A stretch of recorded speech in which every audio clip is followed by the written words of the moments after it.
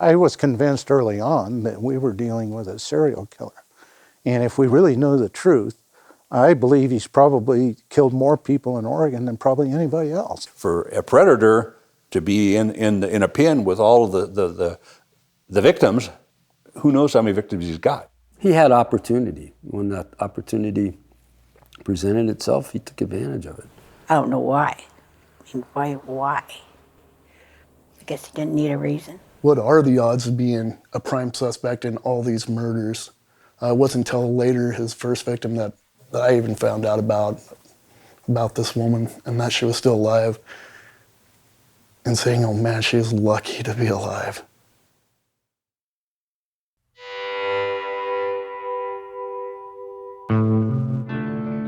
He's always been a demon in my life, lurking in the back of my head. And I found these words that express it very perfectly. It's called My Darkness Within. Some of my demons left me. Some are just asleep. A few always travel with me. Others haunt me from the deep. He was one of those.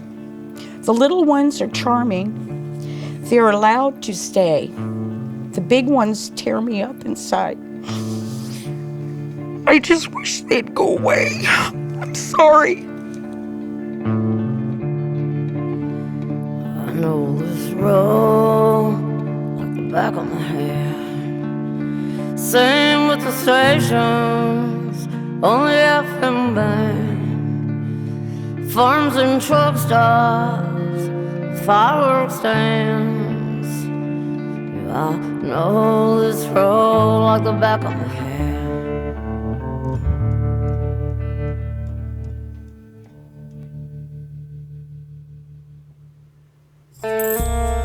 Beginning in the late 1970s, a sinister presence cast a shadow over an isolated part of central Oregon. It lurked in the background, ignored or unnoticed. Women, often vulnerable or marginalized, were disappearing. It wasn't until decades later that a reckoning finally came. My name is Noelle Crombie, and I'm a staff writer for the Oregonian. Over the past 2 years, I've investigated these crimes and the man who is suspected of committing them.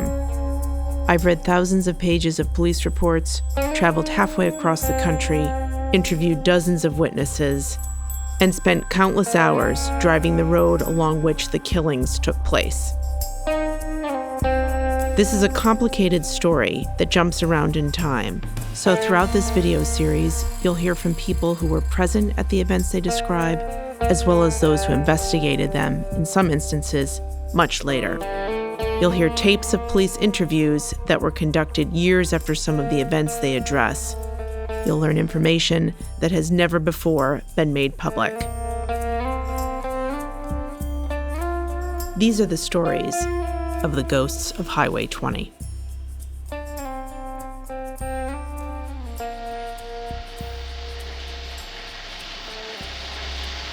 Let me ask you another question then in this area. At any time ever, now think of this carefully, okay, have you gone ahead and been charged with any sex crime? Ever a suspect in any sexual crime? Yes.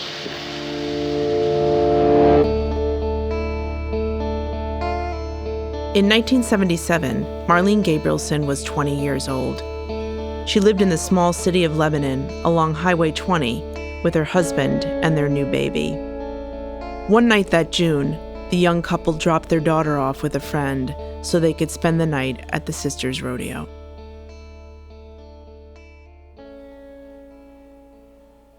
I was underage, shouldn't have been drinking, and I got angry about something. Now I can't remember. So stupid that I just walked off and said, fine, I'm going to go home. She asked around for a ride, and eventually a man with a pickup offered to take her home to Lebanon, about 80 miles away. I thought there was nothing wrong. I'd be safe. It wasn't that far from home. I didn't even look around inside the vehicle. All I knew, it was just a beat up old truck, and I was going home to my kid. The man with the old truck was John Arthur Ackroyd. Ackroyd was in his late 20s and lived in Sweet Home. He'd recently returned to the area after getting out of the Army and was working for a local welding company, though within a year he'd be employed by the state as a highway mechanic. That night, he took Marlene west toward Lebanon on Highway 20, a road he knew well. I noticed that there was no, covers on the doors. There was no handles and no roll you down thing. I sat in the passenger seat and didn't even think, didn't even faze me that this was a trap.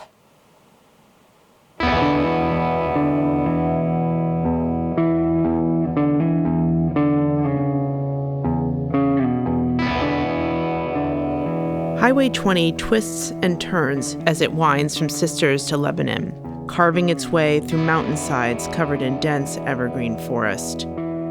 It's a sleepy stretch of road with little development and few landmarks, and it's dark at night.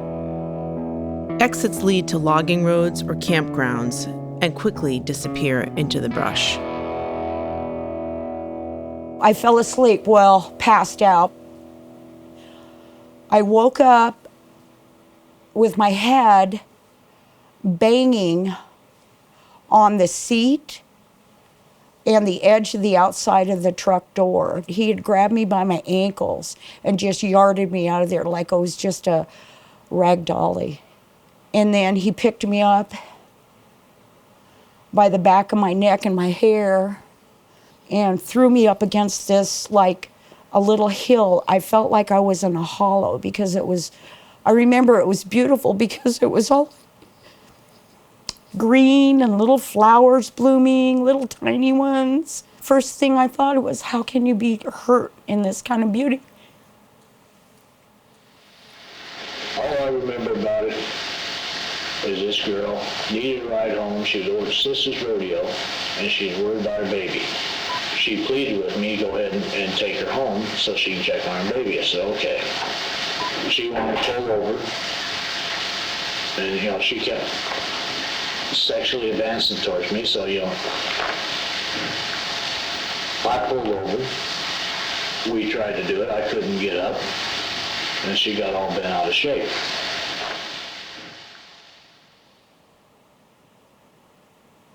He grabbed this knife out of a coffee can. That's where he kept his buck knife, the big knife he held to my throat. He put the knife to my throat and told me I was going to do everything he said. And I said, yes, I will. And he stuck the knife in the ground next to me. He grabbed the front of my pants, belt and all, and ripped my pants straight down, all the way down the front of my legs. And then he gets his knife and starts cutting off my boots. I just kept thinking, just close your eyes, but I kept, and just let it happen. She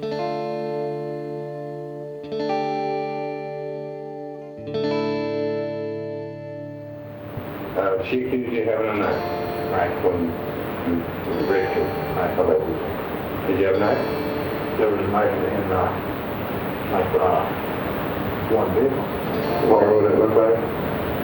Well, you see my dad's driver's license. So what's that? Had a black handle with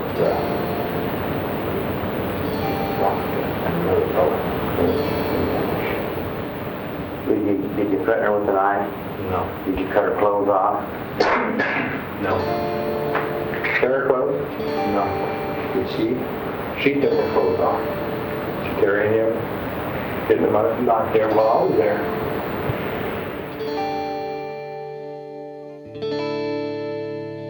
He would grab my face like this, and because I would turn my head, and he would make it, open your eyes, look at me. Yeah, so I had to look at him, and I did. He got done doing what he wanted, and he kind of stood over me and looked at me, all, standing over me with a hand on his hip, wiping his sweat away. You get treated like that and you don't even feel human. I just laid there and kind of wanted just to seep into the earth, just take my body and renew, bring new life in, something that's much happier than I am at this moment. He was gonna going toward his truck and getting in keys in his pockets, and I said, okay, she's just gonna leave me here, buck-ass naked. I didn't want him to stay, but I didn't want to be naked out in the woods. I think he started gathering up my clothes, what was left there, because he didn't want to leave anything. My boots and all that stuff he ripped off of me. I just had my jacket on and a little t-shirt top. He goes, now what do I do with you? I go, you take me home. He goes, I don't know. Let me tell you, I was talking real fast, real low, and real sweet. Because evidently I wanted to live. I had a brand new baby and a new husband.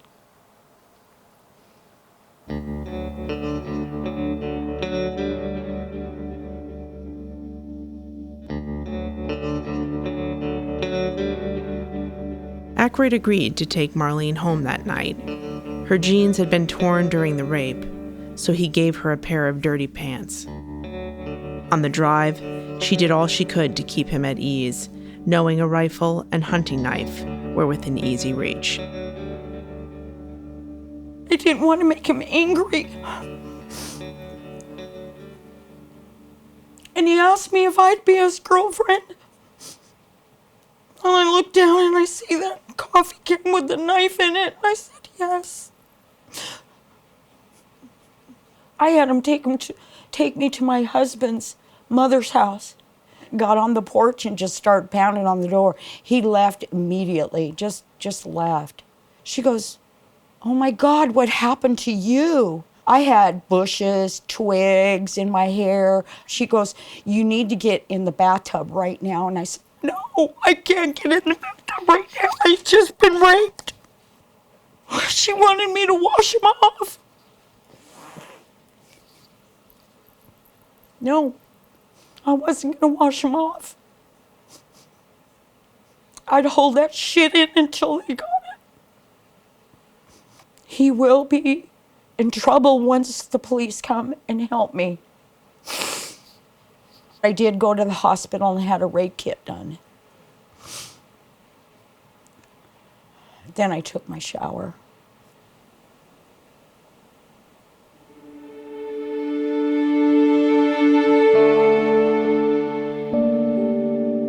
Marlene's rape kit showed vaginal swelling and bruising and abrasions on her back and legs. She went to police and showed them her pants, which had been torn from the crotch to her ankles, her underwear, which had been cut with a knife, and her slashed boots. Despite this physical evidence, police were skeptical. They interviewed Marlene several times, focusing on minor inconsistencies in her story. They had her take a polygraph and concluded she was not telling the truth. Ultimately, they declined to pursue the case. You took a polygraph on that, didn't you? Oh, didn't you? I think you did. I don't know. I did. I think you passed. Yeah. I don't remember if I did. Kind of out of your history. You passed. I'm going to remember that one. I always thought that that's why these people get paid, to protect you. They care? That's what I thought. They care about you. All this system was put in place to protect people, not judge them by who you're married to, what color your skin is. They made me feel like a smelly, drunken native, so I just shrank. It's just another something that I went in my little life, in my young days. I let my guard down and I was so angry, so angry. If they would only had listened to me. And you know, I feel guilty sometimes. If they would have just listened to me, it could have all been avoided. All of it.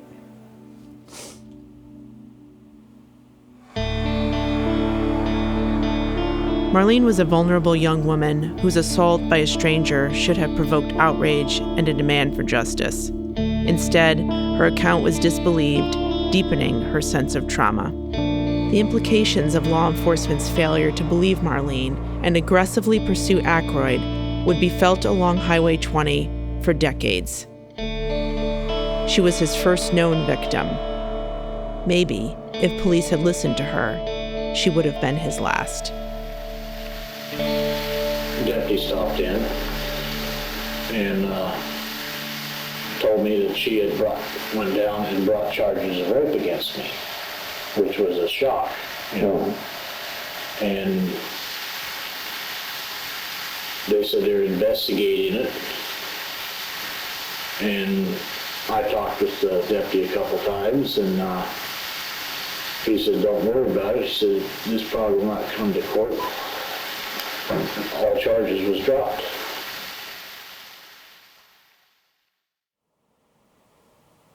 They were supposed to put this man somewhere where he could not hurt anyone else. Look what happens.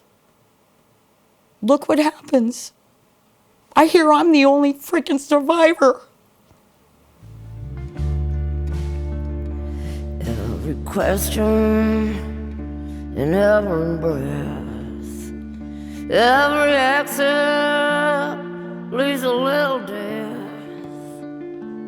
In this way, and a memory that will wander with the ghost of Highway 20. Yeah, I know this road like the back of my hand. Same with the stations on the FM band. Phones and truck stops and fireworks stands. I know this road like the back of my hand.